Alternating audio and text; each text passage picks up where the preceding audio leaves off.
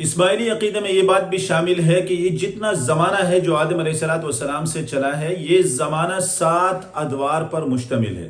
جس طرح ہفتے کے 7 دن ہوتے ہیں، اسی طرح یہ ایک دور جو ہے اس کے اندر 7 ائمہ ہوتے ہیں، ایک ناطق، ایک اساس، اور اس دوران جو ہے وہ 7 ائمہ ہوتے ہیں۔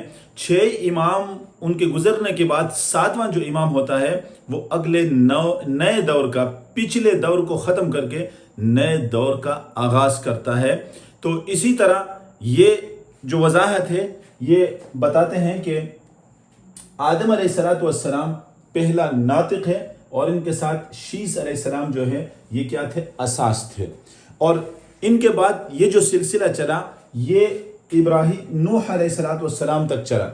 آدم علیہ السلام ناطق ہیں، شیس علیہ السلام ان کے ساتھ اساس ہیں، اور یہ سلسلہ چلتے چلتے نوح علیہ السلام تک جب آیا تو نوح علیہ السلام ان اماموں میں سے جو 6 امام تھے، آدم علیہ السلام سے لے کر کے ایک پہلا شیس علیہ السلام اور اس کے بعد باقی، یہ جب نوح علیہ السلام تک پہنچتا ہے تو یہ 6 پورے ہو جاتے ہیں، اور نوح علیہ السلام 7واں ناطق ہیں، اور یہ اس پچھلے دور کو ختم کرتے ہیں، اگلے نئے دور کا آغاز کرتے ہیں۔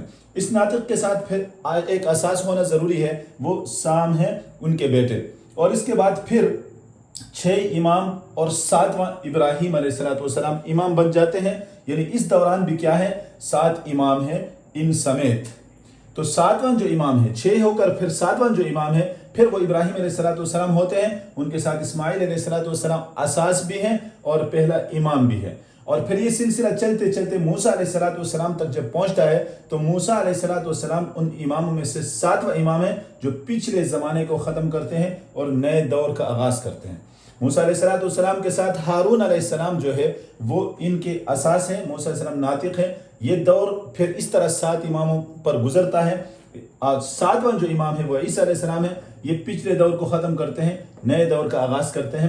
اس کے ساتھ شمعون علیہ السلام یہ کیا ہے؟ اساس ہے۔ پھر 6 امام اور 7واں پھر محمد صلی اللہ علیہ وسلم امام ہے، اور یہ ناطق ہے، ان کے ساتھ اساس حضرت علی رضی اللہ عنہ ہے۔ اور اسی طرح جس طرح آدم اور نوح کے درمیان 7 امام ہیں، نوح علیہ السلام ابراہیم کے درمیان 7 امام ہیں، ابراہیم اور موسیٰ علیہ السلام کے درمیان 7 امام ہیں، موسیٰ علیہ السلام اور عیسیٰ علیہ السلام کے درمیان 7 امام ہیں، عیسیٰ علیہ السلام اور محمد صلی اللہ علیہ وسلم کے درمیان 7 امام ہیں۔